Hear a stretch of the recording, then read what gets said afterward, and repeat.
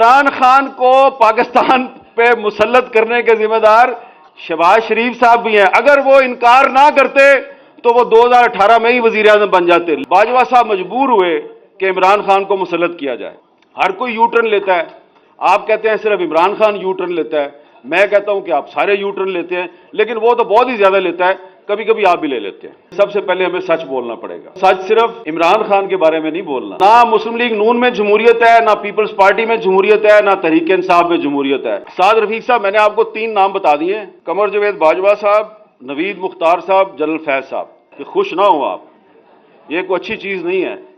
ये सबकी आएंगी, एक की नहीं आएगी, ये सबकी आएंगी। इस हमाम में सारे ही नंगे हैं। ख्वाजा मोहम्मद रफीक साहब की बरसी पे अगर आपने सच बोलना है तो सच ये है कि आज पाकिस्तान में जमहूरियत इसलिए कमजोर है कि आपने पाकिस्तान के जमहूरी इदारों को और पाकिस्तान की सियासत को जागीरदारों और सरमायादारों की लौंडी बना दिया है।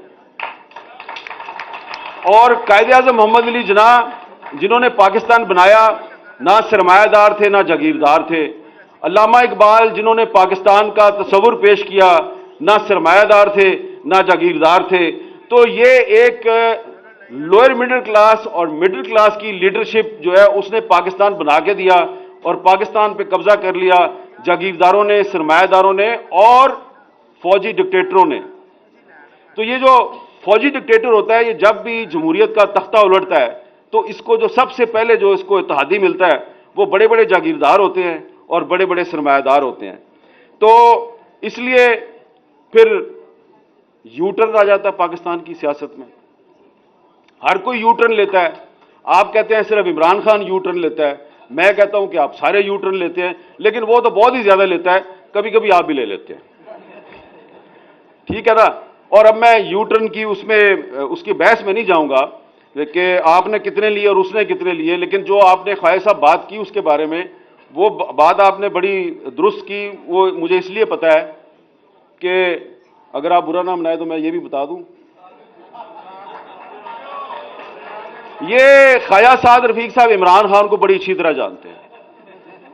एक दफा जब सच बोलने के जुर्म में मुस्लिम लीग नून ने ख्वाजा साद रफीक साहब के खिलाफ एक कार्रवाई की और इनकी रुकनियत को मुअत्तल कर दिया, तो इमरान खान साहब ने फौरन इनको ऑफर की कि आप तहरीक इंसाफ में आ जाएं और मेरी पार्टी के मरकजी सेक्रेटरी जनरल बन जाएं।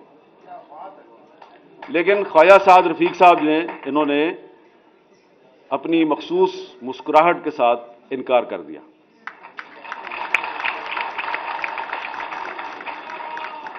अब ये इधर ख्वाजा आमिर साहब जो है ये मुझे बड़ी खशमगीन निगाहों से देख रहे हैं, इनको भी पता है इस बात का। तो अब तो साद रफीक साहब शुक्र अदा करते होंगे कि इतनी ऑडियो वीडियो आ रही हैं, शुक्र है यार मैं नहीं गया।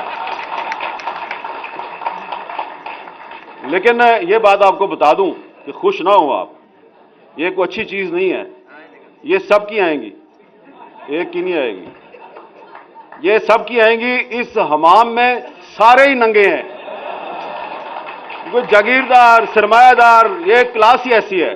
ये क्लास जो है ना, ये आप लोगों को समझ नहीं आएगी। आपका ताल्लुक उस क्लास से नहीं है, आप इस क्लास के कल्चर को नहीं समझते। एक और भी यहां पे बार बार बात हो रही है, सरदार याद सादिक साहब ने भी कहा कि उनके सीने में बड़े राज हैं। ये बार बार आप लोग कहते हैं जी इमरान खान को लाया गया और जो इमरान खान को लाया उसने पाकिस्तान के साथ बड़ी ज्यादती की। बिल्कुल ज्यादती की, लेकिन कभी आपने सोचा है कि इमरान खान को क्यों लाया गया है? जी ज़हीम कादरी साहब बड़ी जोर दी सिर लाया तुसी। इमरान खान को क्यों लाया गया? अब मैं आपके सामने एक सच्चाई जिसकी कोई तरदीद नहीं कर सकता वो मैं लेके आता हूं आपके सामने। इमरान खान को इसलिए लाया गया कि इसको लाना नहीं था। यह बात दुरुस्त है कि जनरल पाशा साहब जो है उन्होंने 2011 से काम शुरू किया था, लेकिन 2018 में इमरान खान को नहीं लाना था। 2018 के इलेक्शन से कुछ हफ्ते पहले एक मीटिंग थी।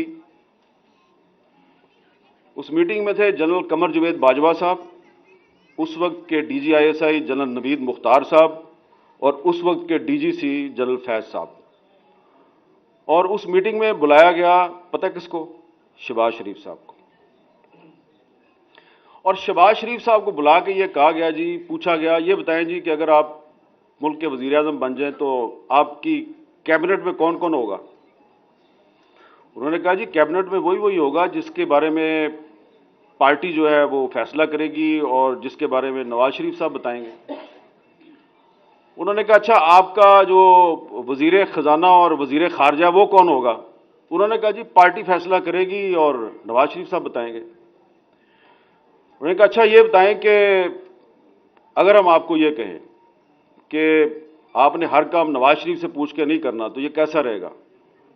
तो उन्होंने बड़े तरीके से कहा जी कि देखिए मैं तो, मेरी बड़ी एक ओपन पोजीशन है, मैं तो इस्टेब्लिशमेंट से लड़ाई का हामी नहीं हूं और ये मैं कुछ छुपा के तो बात करता नहीं, लेकिन देखिए मेरी पार्टी के लीडर नवाज शरीफ साहब हैं, तो आखिरी फैसला तो वही करेंगे और पार्टी करेगी। आप मुझसे ये तवक्को ना करें कि मैं नवाज शरीफ साहब जो है उनके खिलाफ जाऊंगा।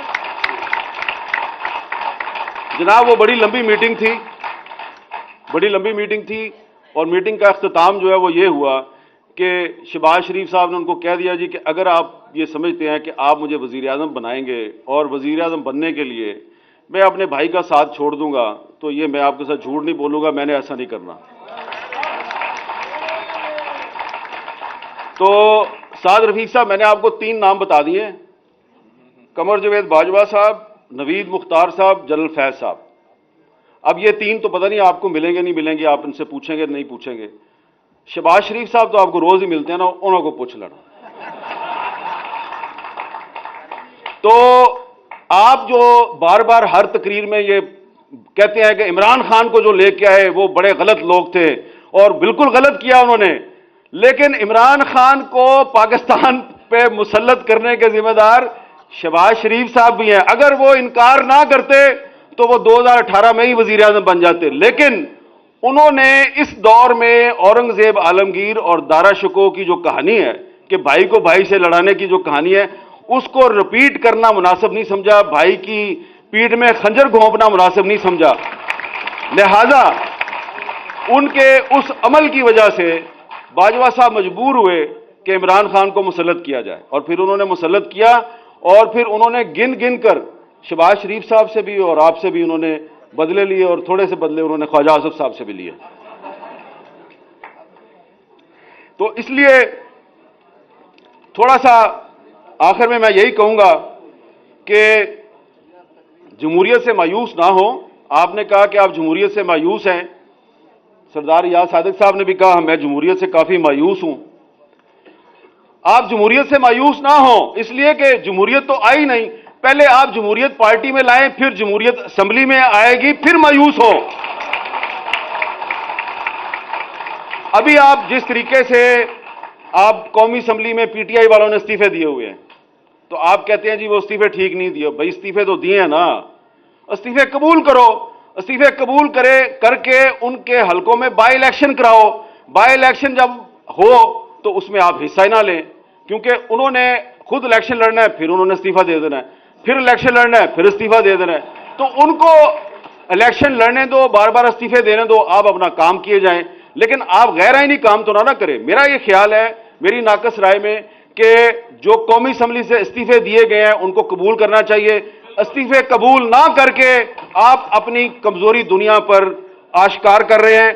और परवेज लाई पंजाब का चीफ मिनिस्टर है, आपको अच्छा लगे या बुरा लगे, गवर्नर साहब जो हैं उनको ये राइट नहीं है कि एक इलेक्टेड चीफ मिनिस्टर जो है उसको आप डी नोटिफाई करें, इसलिए अदालत ने उसको नोटिफिकेशन को कैंसिल कर दिया है। और परवेज लाई साहब को भी चाहिए कि अगर आपको गवर्नर ने कहा है कि आप एतमाद का वोट लें, तो भाईजान अगर आपके पास अक्सरियत है तो एतमाद का वोट लें, तो आप एतमाद का वोट नहीं लेते तो वो आपको डी नोटिफाई कर देते हैं। दोनों ही गलत काम कर रहे हैं आप, और जब दोनों साइड से गलत काम होगा तो फिर जो होता है उसको आप कहते हैं शब खून। तो उस शब खून में फिर आप भी तो बराबर के जिम्मेदार है ना, आप ये काम ना किया करें। आप पार्टी में जमहूरियत लाएं, सही लोगों को असेंबलियों में लेके आए, तो ये काम नहीं होगा। फिर लोटों के पीछे फिरते हैं आप, और लोटों को सीट दे देते हैं आप अपनी, और अपनी पार्टी के लॉयल कारकुनों को कहते हैं कि इन लोटों को वोट दो, लोटों को जिताओ, क्योंकि उन्होंने आपकी चीफ मिनिस्ट्री और प्राइम मिनिस्टरशिप को कायम रखना होता है। तो जब आप पॉलिटिकल वर्कर को लोटागिरी के ईंधन के तौर पे इस्तेमाल करेंगे तो जमहूरियत मजबूत नहीं होगी, जमहूरियत कमजोर होगी। इसलिए ख्वाजा मोहम्मद रफीक साहब के नाम पर इस सेमिनार में आज आप ये अज़्म करें कि आप इमरान खान के बारे में सच जरूर बोलें, थोड़ा सा सच अपने बारे में भी बोलें और थोड़ी सी खामियां अपनी भी जो है उनका भी जायजा लें, अपनी खामियां दूर करें तो जो दूसरों की खामियां हैं वो आपकी ताकत बन जाएगी। बहुत बहुत शुक्रिया।